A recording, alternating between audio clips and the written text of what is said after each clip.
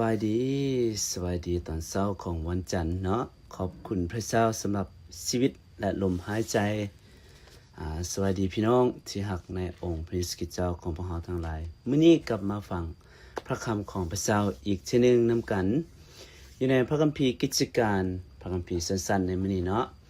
อยู่ในพระคัมภีร์กิจการบทที่4ข้อที่32-37นั่นเองในหัวข้อที่ว่าเฮาเป็นน้ำหนึ่งใจเดียวกันเนาะข้าพเจ้าจะอนุญาตอ่านให้กับพี่น้องเนาะถ้าพี่น้องมีพระคำของพระเจ้า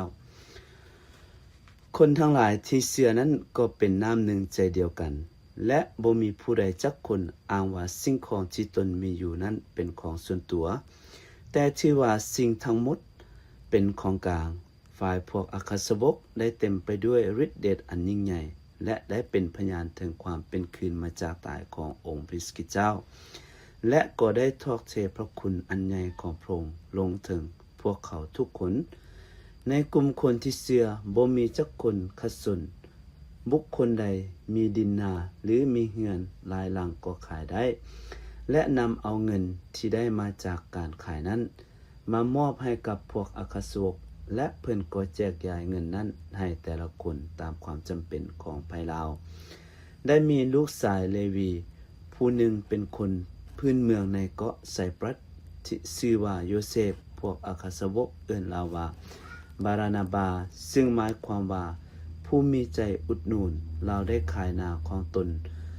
ทงหนึ่งและนำเอาเงินมามอบให้แก่อัครสาวกนี่คือพระคำของพระเจ้าที่มาถึงพวกเราร่วมใจกันอธิษฐานพระเจ้าผู้ลูกขอบคุณพระองค์สำหรับมื้อนี้ที่พระลูกจะฟังพระคำของพระเจ้าที่พระลูกจะเป็นน้ำหนึ่งใจเดียวกันขอพระองค์ที่จะอวยพรในชีวิตของพระลูกด้วยอธิษฐานในพระนามพระคริสต์เจ้าเอเมนขอบคุณพระเจ้าเนาะในพระคำของพระเจ้าพระคัมภีร์ตอนนี้ซึ่งเป็นตัวอย่างที่ดีหลายให้กับพวกเขาในคริสตจักรในสมัยยุคแรกในสมัยตะกี้ที่เป็นน้ำหนึ่งใจเดียวกันในคริสตจักรตะกี้นั้นมีหลายสิ่งหลายอย่างที่เกิดขึ้นโดยเฉพาะคือการข่มเหงหลายอย่างอันนั้นคือเมื่อพี่น้องเขาเจ้าเจอกันอุปสรรคหรือการข่มเหงเขาเจ้ามีท่าทีหรือช่วยกันแนวใดเนาะคือสิ่งทำอิฐที่เขาเจ้าเฮ็ดก็คือว่าเป็นน้ำหนึ่งใจเดียวกันเนาะอันนี้คือสิ่งที่เราเห็นเขาเจ้าเป็นน้ำหนึ่งใจเดียวกันเป็นน้ำใจที่แสดงถึงความเป็นน้ำหนึ่งใจเดียวกันอยู่ในข้อที่32ก็บอกว่าคนทั้งหลายที่เชื่อนั้นก็เป็นน้ำหนึ่งใจเดียวกันและบ่มีผู้ใดจักคนอ้างว่าสิ่งของที่ตนมีอยู่นั้นเป็นของส่วนตัวเราจะเห็นว่าเขาเป็นน้ำหนึ่งใจเดียวกันเขามีน้ำใจพี่น้องคำว่าน้ำใจเกิดมาจากพระวิญญาณของพระเจ้าเกิดจากความรักความเมตตาความอ่อนสุภาพและความชื่นชมยินดีนี่คือน้ำใจที่เกิดขึ้นน้ำใจเกิดขึ้นได้จากการเต็มล้นด้วยพระวิญญาณบริสุทธิ์จากพระเจ้าและเต็มล้นความรักที่มาจากองค์พระผู้เป็นเจ้าและมอบให้กับเราคนที่มีน้ำใจเริ่มต้นจากที่บ้านแล้วก็ไปสถานที่ต่างๆอยู่ในโบสถ์และไปสถานที่ที่บ่อนเฮ็ดเวียกพี่น้องก็คนที่ให้น้ำใจหรือบ่มีน้ำใจแม้ว่าเฮาจะอยู่ไสก็แล้วแต่เฮาจะเฮ็ดหยังก็แล้วแต่เฮาก็เปรียบเหมือนกับคนที่ให้ความรักบ่มีความรักฉะนั้นคือเมื่อพี่น้องเจอการข่มเหงเมื่อพี่น้องเจออุปสรรคเขาจะเห็นอยู่ในสมัยยุคแรกที่เขาเจ้าเฮ็ดกันก็คือว่าเขาเป็นน้ำหนึ่งใจเดียวกันบ่มีผู้ใดเลยอ้างว่าสิ่งของที่ตนมีเป็นของตัวเองแต่ว่าเป็นของส่วนรวมหมดทุกอย่างเลยพี่น้องอันนี้คือสิ่งที่เราเห็นตัวที่สองที่เราเห็นก็คือว่าเมื่อเขาเจออุปสรรคการข่มเหงเขาเฮ็ดแนวใดเขานุ่นใจกันแนวใดเขามีน้ำใจนำมาซึ่งฤทธิ์เดชในการเป็นพยานให้กับพระเจ้าเนาะอยู่ในข้อที่33ได้ว่า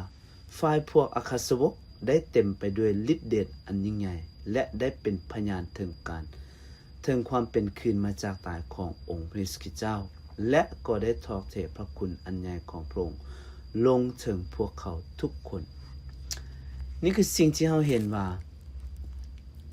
เมื่อเขามีน้ำใจแล้วเขาได้รับฤทธิ์เดชได้รับพระคุณที่มาจากองค์พระเจ้าเขาเจ้าได้เป็นพยานให้กับผู้คนเขาได้เป็นเหมือนกับพระคริสต์พี่น้องอยู่ในข้อที่3ถ้าพี่น้องอ่านอยู่ในข้อที่36เนาะเขาเจ้าได้เว้าถึงคนหนึ่งที่ชื่อว่าโยเซฟเราได้ขายนาของตนเองนำเอาเงินมามอบให้กับพวกอาคาสาวกแล้วเขาเจ้าก็ถ้าผู้ใดมีทรัพย์สิ่งของใดเขาเจ้าเอาไปขายอันนี้คือการเป็นพยานการที่เขาเจ้าเป็นพยานช่วยเหลือคนที่ทุกข์ช่วยเหลือคนที่ยากจนคนที่ขัดสนพี่น้องเมื่อพี่น้องถือการข่มเหงก็เลยต้องช่วยเหลือซึ่งกันและกันพระเจ้าได้ให้พวกเราอยู่ร่วมกันช่วยเหลือกัน